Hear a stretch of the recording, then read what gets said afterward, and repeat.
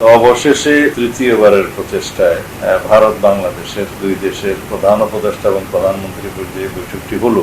এটা অনেকটা প্রত্যাশিত ছিল। এখানে বাংলাদেশের পক্ষ থেকে বাংলাদেশের স্বার্থকে সমুন্নত রেখে যে বিষয়গুলো উত্থাপন করা হয়েছে সেটাকে আমরা সাধুবাদ জানাই। চেঞ্জিং গ্লোবাল পলিটিক্যাল অর্ডারে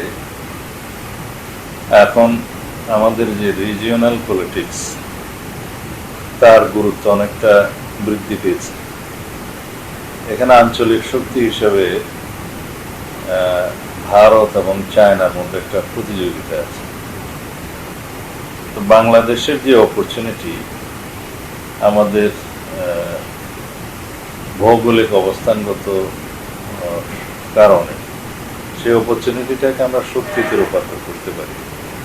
তো অবশেষে তৃতীয়বারের প্রচেষ্টায় ভারত বাংলাদেশের দুই দেশের প্রধান উপদেষ্টা এবং প্রধানমন্ত্রী পর্যায়ে বৈঠকটি হলো। এটা অনেকটা প্রত্যাশিত ছিল। এখানে বাংলাদেশের পক্ষ থেকে বাংলাদেশের স্বার্থকে সমুন্নত রেখে যে বিষয়গুলো উত্থাপন করা হয়েছে সেটাকে আমরা সাধুবাদ জানাই। যেমন শেখ হাসিনাকে প্রত্যাবর্তনের জন্য ফেরত দেওয়ার জন্য যে বিষয়, তিস্তা পানি চুক্তি এবং সীমান্তবর্তীর বিষয়টি, এটা বাংলাদেশের প্রত্যেক মানুষের হৃদয়ের কাছাকাছি অবস্থান করে এই সুযোগ। এটা মাননীয় প্রধান উপদেষ্টা উত্থাপন করেছেন, তবে অপর পক্ষ থেকে সেই বিষয়ে তেমন একটা সাড়া দেয়া হয়েছে বলে আমার মনে হয় না আমাদের।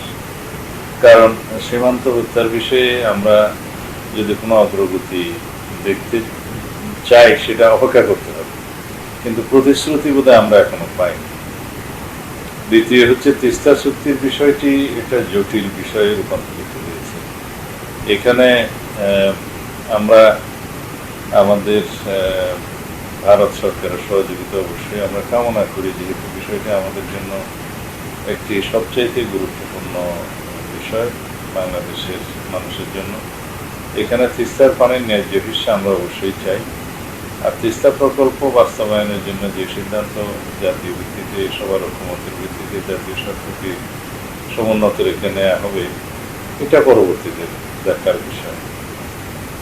আর শেখ হাসিনার প্রত্যাবর্তনের জন্য, তাকে ফেরত পাঠানোর জন্য পররাষ্ট্র মন্ত্রণালয় থেকে যে চিঠি দেওয়া হয়েছে সেই বিষয়টিও কোনো রকমের নিষ্পত্তি এখনো পর্যন্ত ভারত সরকার করেনি বা রিপ্লাই দেয়নি, যে পেন্ডিং আছে। এখনো পর্যন্ত তাদের বক্তব্য মনে হয় যে তারা সেই বিষয়টা পেন্ডিং রাখবে।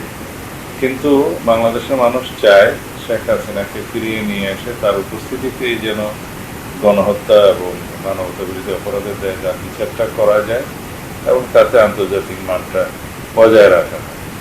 এই বিষয়ে এক্সট্রাডিশন চুক্তি অনুসারে উভয় দেশের মধ্যে বন্দি বিনিময় চুক্তির বিষয়টা উল্লেখিত আছে, কিন্তু অনেক জটিলতা আছে। যদি ভারত সরকার আন্তরিক না হয় তাহলে শেখ হাসিনাকে ফেরত পাওয়া মুশকিল হবে। কূটনৈতিকভাবে আলাপ আলোচনার মধ্য দিয়ে এই সমস্ত বিষয়গুলো সুরাহা হওয়ার সবচেয়ে মঙ্গল।